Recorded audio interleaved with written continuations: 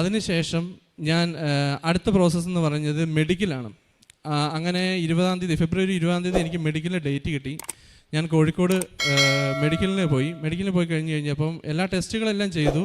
അതിനിടയ്ക്ക് ഫിസിഷ്യൻ്റെ ചെക്കപ്പ് വന്നു കഴിഞ്ഞ സമയത്ത് ഫിസിഷ്യൻ എന്നെ ചെക്ക് ചെയ്ത് കഴിഞ്ഞപ്പോൾ പറഞ്ഞു, എൻ്റെ ലോവർ റെസ്പിറേറ്ററി ട്രാക്റ്റിൽ ചെറിയൊരു ഇൻഫെക്ഷൻ പോലെ അവർക്ക് തോന്നുന്നുണ്ട്. അത് വലിയ വിഷയമായിട്ട് തോന്നുന്നില്ല, പക്ഷേ എക്സ്റേയിൽ എന്തെങ്കിലും അത് വന്നു കഴിഞ്ഞിട്ടുണ്ടെങ്കിൽ നീ അൺഫിറ്റ് ആവും.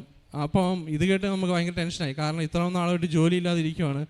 അങ്ങനെ അപ്പം തന്നെ ഞാൻ അവിടെ ഇരുന്ന് അങ്ങനെ അമ്മയോട് അങ്ങനെ പ്രാർത്ഥിച്ച് നമ്മുടെ കാശുരൂപം വെച്ച് അങ്ങനെ പ്രാർത്ഥിച്ചുകൊണ്ടിരുന്നു. റിസൾട്ട് വന്നു. എക്സ്റേയിലൊന്നും ഒരു കുഴപ്പമില്ലാതെ അവിടെ ഞാൻ പാസ്സായി. അവിടെ അമ്മയുടെ ഒരു അത്ഭുതം പ്രകടിപ്പിച്ചു. അങ്ങനെ അതിനുശേഷം ഞാൻ ഇങ്ങനെ വെയിറ്റ് ചെയ്യുകയാണ് അടുത്ത ഘട്ടത്തിന് വേണ്ടിയിട്ട്. അങ്ങനെ ഒരു മാസത്തോടെ ഞാൻ വീണ്ടും വെയിറ്റ് ചെയ്യുന്നു. അവിടുന്ന് ഒരു ഡിമാൻഡ് ലെറ്റർ വരാനുണ്ട്, പക്ഷേ ഇപ്പോഴും വന്നിട്ടില്ല.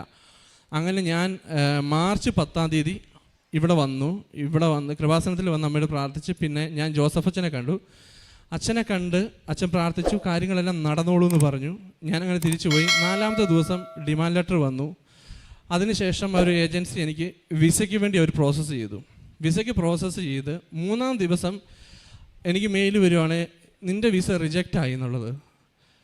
അവിടെ തളർന്നു പോയി ആകെ, കാരണം ഇത്ര നാൾ കാത്തിരുന്നിട്ട് വിസ റിജക്റ്റ് ആയി എന്നുള്ളത്